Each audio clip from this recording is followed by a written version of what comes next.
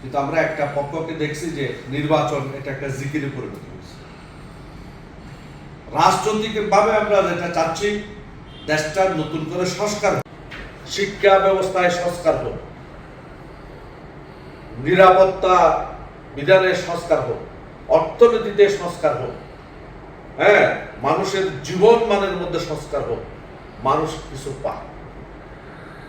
সকল দলে মিলে আমরা একটা ইস্তেহার স্বাক্ষর করলাম, তার আলোকে 12ই ফেব্রুয়ারি একটা নির্বাচন হলো।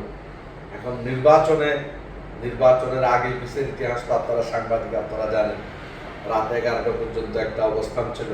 11টার পর হুট করে ফলাফল কি হয়ে গেল, স্টপ হয়ে গেল। তারপর আর 2 ঘন্টা পরে দেখা যাচ্ছে ফলাফল ঠিক উল্টো। আর সেখানে গসা মাজার ইঞ্জিনিয়ারিংটা আপনারা নিজেরা চোখেই দেখলেন এবং গোটা জাতি প্রত্যক্ষ করলো। পরিশেষে কদিন পরেই উপদেষ্টাদের কয়েকজন স্বীকৃতি দিল, স্বীকারই করলো ইঞ্জিনিয়ারিং করে জামাত ইসলামীকে হারিয়ে দেওয়া হয়েছে। 168 আসন তারা পেয়েছে, তাদেরকে 68 আসন দিয়ে বাকিটা তাদেরকে আসতে দেওয়া হয়নি। এবং পরবর্তীতে দেখা গেছে যারা গভর্নমেন্ট পরিচালনা করতেছে তারা নিজেরাই স্বীকার করতে বাধ্য হয়েছে যে তারা ইঞ্জিনিয়ারিং এর মাধ্যমে ক্ষমতায় আসছে। তো ক্ষমতায় আসছে ভালো কথা। আমরা জাতিকে আর রক্তাক্ত দেখতে চাই না, রক্তাক্ত করতে চাই না, এবং সবসময় ময়দানে রক্ত থাক এটা আমরা চাই না। আমরা একটা সুন্দর, সুশৃঙ্খল, এখন পরিশীলিত একটা দেশ আমরা কামনা করি।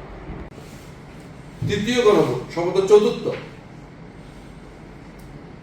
জিয়র রহমান এই প্রথম গণভোট করেছিলেন, এরশাদ গণভোট করেছিলেন, খালেদা জিয়া গণভোট করেছিলেন। গিয়ে এই গণভোটটা কাজ স্বীকার করল।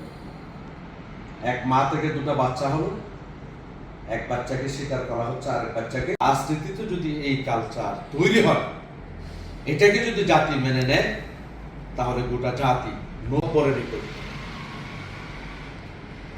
এখন তাদের মন মানসিকতা তারা বলে দিচ্ছে যে আমরা ইলেকশন কথা বলতেছে, হয় কি না হয়।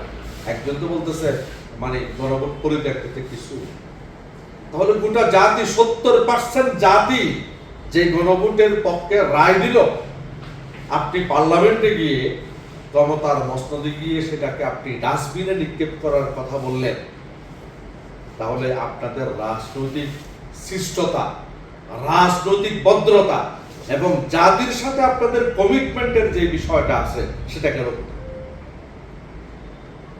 তো সব মিলিয়ে আমরা যেটা দেখতে পাচ্ছি, যদিও আমরা আশঙ্কা করছি দেশে কোনো আবার নতুন এক ফ্যাসিবাদের অবস্থান তৈরি হচ্ছে কিনা, আল্লাহ জাতিকে এখান থেকে মুক্ত করুন।